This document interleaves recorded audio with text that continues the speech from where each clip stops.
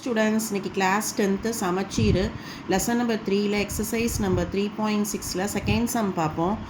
X 2x + 1 x - 1 divided by x - 4 minus 2x square minus 5x + 2 divided by x - 4. So இங்கே ரெண்டு டினாமினேட்டரும் சேமாக இருக்குது. So x - 4 டினாமினேட்டரில் எழுதிடுவோம்.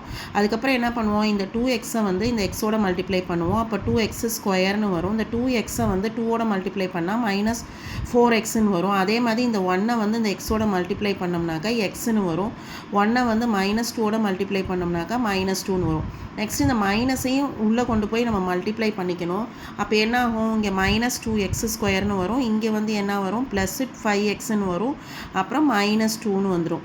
அப்படியே எழுதிட்டு இப்போ 2x ஸ்கொயரும் மைனஸ் 2x ஸ்கொயரும் கேன்சல் ஆகிடும். அப்போ நம்ம சிம்பிளிஃபை பண்ணோம்னா minus 3x minus 2 plus 5x minus 2 divide by x minus 4 அப்படின்னு வரும். இங்கே மைனஸ் 3xன்னு இருக்குது, இங்கே ப்ளஸ்ஸு 5xன்னு இருக்குது. ஸோ நம்ம சப்ராக்ட் பண்ணோம்னாக்கா 2xன்னு வந்துடும்.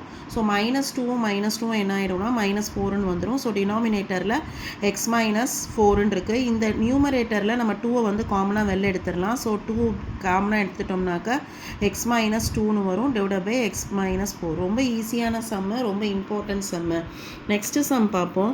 4x divide by x square minus 1 minus x plus 1 divide by x minus 1.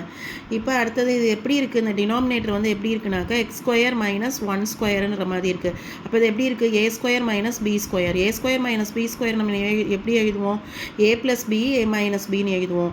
அப்புறம் இந்த டேர்மை நம்ம அப்படியே எழுதிடுவோம். அதுக்கப்புறம் இதுக்கு எல்சிஎம் எடுக்கிறோம். இப்போ எடுத்துகிட்டு நம்ம எழுதையில் என்ன ஆகுனாக்கா இங்கே எக்ஸ் மைனஸ் 1ன்னு இருக்குது. இங்கே இல்லாத டேர்ம் வந்து என்னது, எக்ஸ் ப்ளஸ் 1. ஸோ இங்கே எக்ஸ் ப்ளஸ் 1ஆல் மல்டிப்ளை பண்ணிக்குவோம். அடுத்தது இந்த எக்ஸ் ப்ளஸ் 1ஐயும் உள்ளே கொண்டு போய் மல்டிப்ளை பண்ணுவோம். உள்ளே மல்டிப்ளை பண்ணையில் X square plus X plus X plus 1ன்னு வரும். ஸோ இந்த எக்ஸையும் ஆட் பண்ணிக்கலாம். அடுத்தது வந்து நம்ம என்ன பண்ணுவோம்னா 4x இந்த மைனஸை வந்து உள்ளே கொண்டு போய் மல்டிப்ளை பண்ணிக்குவோம். அப்போ என்ன வரும்னா 4x minus X square minus 2x minus 1. டினாமினேட்டரில் எக்ஸ் ப்ளஸ் 1 எக்ஸ் மைனஸ் 1ன்னு இருக்கும்.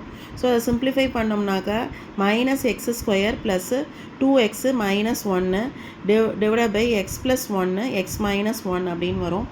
ஸோ இப்போ அடுத்தது இந்த மைனஸ் வந்து இங்கே காமனாக இருக்குது. So X square minus 2x plus 1 மைனஸை வந்து காமனாக நம்ம வெளில எடுத்துட்டோம். ஸோ இதுக்கு ஃபேக்டரைஸ் கண்டுபிடிக்கிறோம்.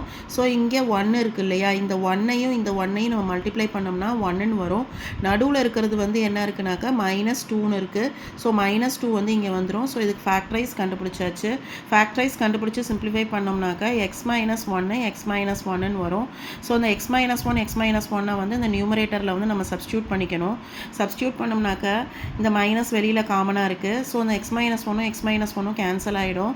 கேன்சல் ஆகிட்டு மீதி இருக்கிற டேர்ம் வந்து x minus 1 divide by X plus 1. So அதை நம்ம எப்படி எழுதிக்கலாம்னா 1 minus x divide by 1 plus x அப்படின்னு எழுதிக்கலாம். நெக்ஸ்ட் வீடியோவில் நெக்ஸ்ட் சம் பார்ப்போம். தேங்க்யூ.